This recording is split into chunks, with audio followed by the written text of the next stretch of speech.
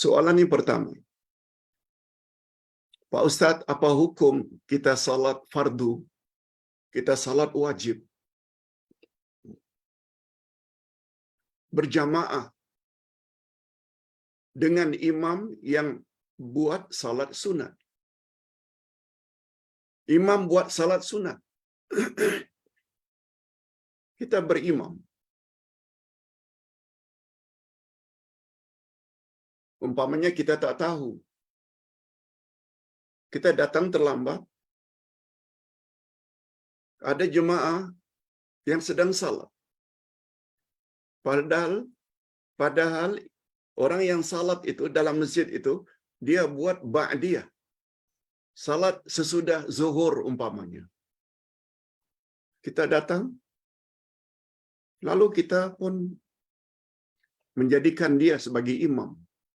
Kita salat zuhur. Dia salat ba'diyah. Salat sesudah atau salat sunat sesudah zuhur. Apa hukumnya, Pak Ustaz? Jawabnya, boleh.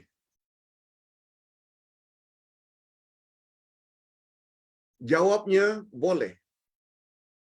Dan kita dapat salat atau fadilat salat berjamaah. Nabi Muhammad sallallahu alaihi wasallam bersabda, "Salatul jamaah afdal min salatil fadhi bi 27 darajah." Salat berjamaah lebih afdal dari salat sendiri-sendiri 27 derajat. Ada riwayat mengatakan 25 derajat.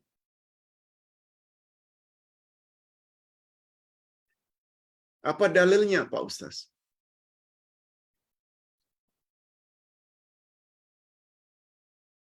Di zaman Nabi sallallahu alaihi wasallam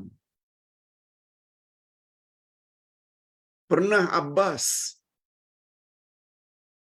Ibnu Abbas, Abdullah Ibnu Abbas, karena bacaan Al-Qur'annya bagus, dia jadi imam padahal dia belum baligh.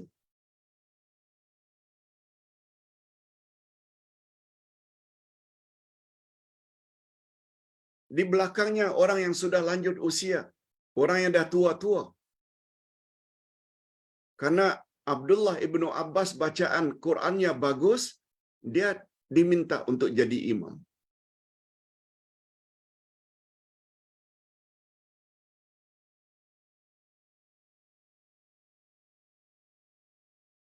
Anak yang belum baligh, bila salat, hukum salatnya itu sunat. Sebab mereka belum diwajibkan salat. Kewajiban salat kan mukallaf. Mukallaf maknanya akil baligh. Orang yang berakal lagi dah sampai waktu baligh. Umur 14 tahun ke atas umpamanya. Dia baru 10 tahun, tapi bacaannya bagus. Lalu nilai salatnya itu sunat, bukan fardu, bukan wajib. Oleh sebab itu, bila anak-anak yang belum baligh salat, kedudukannya adalah salat sunat. Makmum di belakangnya sudah lanjut usia, itu fardu dan wajib. Sebab mereka sudah baligh, lagi berakal. Begitu cara pengambilan dalil oleh ulama fiqh. Oleh sebab itu, apabila kita ada anak di rumah yang hafiz, walaupun belum 30 juzuk, baru 10 juzuk, baru 3 juzuk, baru 15 juzuk, boleh ibu-ibu jadikan anak kita yang umur 9 tahun, bacaannya dah bagus untuk jadi imam, maknya di belakang, kakaknya di belakang, bapaknya barangkali boleh di belakang. Itu maksudnya. Tapi dengan syarat. Apa syaratnya, Pak Ustaz? Salat tersebut mesti rukunnya sama dengan salat yang kita sedang salat. Ada qiyamnya, ada rukuknya, ada i'tidalnya, ada sujudnya. Itu maknanya ada persamaan. Atas sebab itu, orang yang salat zuhur tidak boleh salat di belakang orang yang sedang salat jenazah. Sebab salat jenazah tidak ada rukuk, tidak ada sujud, tidak ada duduk. Salat jenazah 4 takbir. Semuanya dalam keadaan berdiri. Takbir pertama baca Fatihah, takbir kedua baca selawat, takbir ketiga baca doa, takbir keempat ucapkan salam. Jadi syaratnya tidak semestinya sama-sama salat fardu. Tidak. Cuma syaratnya mestilah salat yang sama peraturannya. Ada ruku, ada sujud, dan sebagainya. Demikian jawaban Ustaz. Hukumnya boleh. Yang kedua, Pak Ustaz. Hukum baca kunut ketika salat subuh adalah sunat. Hukum kunut ketika salat subuh adalah sunat. Kata penanya dari Pulau Pinang. Tapi mengapa Ustaz sebahagian masjid, sebahagian surau tidak buat kunut subuh? Mohon pencerahan Uday. Bukankah sunat itu hukumnya bila dibuat dapat pahala, bila ditinggalkan tak berdosa? Pertanyaannya, mengapa setengah-setengah surau dan masjid tidak buat kunut? Padahal kunut itu hukumnya sunat. Hadirin dan hadirat rahimakumullah. Bagus pertanyaannya. Dan bagus juga kita tahu jawabannya. Mengapa setengah-setengah masjid, setengah-setengah surau tidak buat kunut subuh? Jawabannya begini. Kunut ada 3 jenis. Ada kunut nazilah. Kunut sempena musibah menimpa. Yang kedua, kunut witir. Yang ketiga, kunut subuh. Kunut nazilah, baca kunut bila satu-satu kawasan itu ditimpa musibah. Dalilnya kuat. Nabi yang suruh. Kunut witir. Pada rakaat terakhir, witir kunut. Dalilnya kuat. Sahih. Tapi dalil tentang Nabi menyuruh kunut subuh, para ulama berbeza pendapat.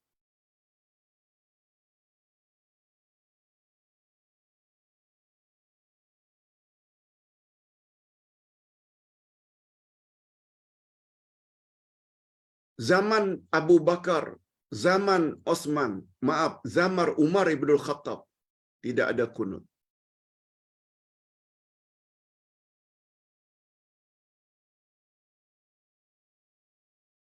Ustaz ulang sekali lagi. Hadis tentang galakan membaca kunut salat subuh, para ulama berbeza pendapat. Ada yang mengatakan sahih, ada yang mengatakan dhaif. Ada yang mengatakan tidak ada sama sekali hadis itu. Oleh sebab itu, mereka yang mengatakan hadis itu sahih, mereka katakan sunat. Dalam mereka menilai hadis itu. Dan ada pula yang mengatakan tidak ada dalil yang kuat. Nabi menyuruh untuk salat subuh bersama kunut. Bukan saja di Malaysia. Di 2 tanah haram, Mekah dan Madinah. Semua kita tahu, di sana tidak ada kunut. Sebab penilaian ulama di sana tidak ada dalil yang kuat menyuruh membaca kunut sempena salat subuh. Bukan hanya di Malaysia.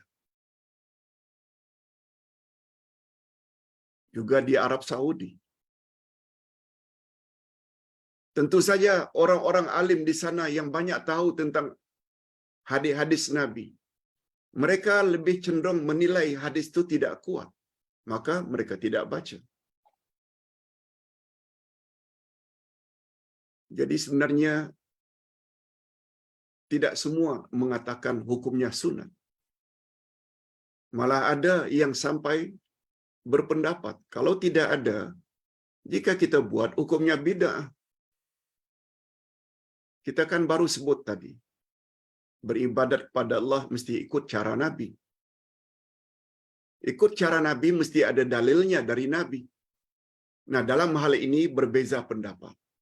Bagi ustaz, bagi yang berpendapat mengatakan dalilnya kuat, silakan. Jangan-jangan katakan itu bid'ah, sebab mereka punya pandangan macam itu. Kita perlu hormati. Kalau kita salat di belakang imam yang memakai kunut, kita ikut angkat tangan untuk menghormati pandangan itu. Tapi bagi kita yang berpendapat dalilnya tidak kuat, di rumah ketika salat bersama keluarga, kita tidak baca kunut. Begitu caranya yang paling baik. Hormati pandangan orang lain, dan kita juga ingin dan harapkan orang lain juga hormati pandangan kita. Itu sejarahnya mengapa ada sebahagian masjid tidak membaca kunut. Pertanyaan yang terakhir, Pak Ustaz, bagaimana bunyi dua kalimah syahadat ketika kita membaca tasyahud atau tahiyat awal dan tahiyat akhir? Bolehkah kita baca dua kalimah syahadatnya dengan asyhadu an la ilaha illallah wahdahu la syarikalah wa asyhadu anna Muhammadan abduhu wa rasuluh? Bolehkah dua kalimah syahadat cara itu kita baca dalam salat? Hadirin dan hadirat, tahiyat awal, tahiyat akhir, beza hukumnya. Tahiyat awal yaitu ketika kita duduk tahiyat awal, hukumnya sunat. Duduk itu sendiri adalah sunat. Andai kata terlupa setelah sujud rakaat kedua langsung bangun, tidak duduk tahiyat awal, membaca tahiyat awal, salatnya sah, sebab hukum duduk dan membaca tahiyat awal adalah sunat. Tetapi duduk dan membaca tahiyat akhir itu adalah rukun.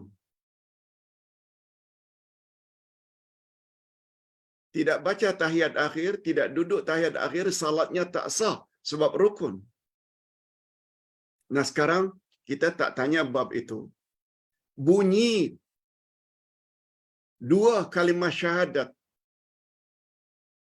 di dalam tahiyat, at-tahiyyatul mubarakatus salawatut tayyibatu lillah. Assalamu alayka ayuhan nabiyyu wa rahmatullahi wa barakatuh. Assalamu alayna wa ala ibadillahi salihin. Ashhadu an la ilaha illallah wa ashhadu anna Muhammadar Rasulullah. Itu biasa kita baca. Nah, sekarang syahadat ini nih kita ganti dengan asyhadu an la ilaha illallah wahdahu la syarikalah wa asyhadu anna Muhammadan abduhu wa rasuluh. Boleh tak Pak Ustaz kita ganti dengan bacaan yang kedua ini? Jawabnya boleh. Ustaz ada tulis di dalam buku Ustaz pedoman salat Rasulullah sallallahu alaihi wasallam bahawa syahadat yang dibaca oleh Rasul ada bermacam-macam. Bukan hanya dua. Yang pertama boleh, yang kedua boleh, ada lagi yang lain. Ada beberapa bacaan. Ini yang dipanggil dengan ta'addudus sunan. Ta'addudus sunan maknanya sunnah Nabi yang berbilang-bilang. Sebagaimana doa iftitah, wajjahtu wajhiya lillazi fatara samawati wal ard, boleh. Doa iftitah yang lain, Allahu akbar kabira walhamdulillahi katsira wa subhanallahi bukrata wa asila, boleh. Dan Nabi juga boleh. Nabi juga pernah ajar, Allahumma ba'id baini wa baina khataayaya kama ba'adta baina masyriqi wal maghrib. Boleh. Ini namanya ta'addudus sunan.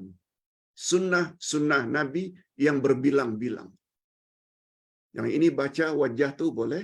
Yang ini baca Allahu akbar kabira boleh.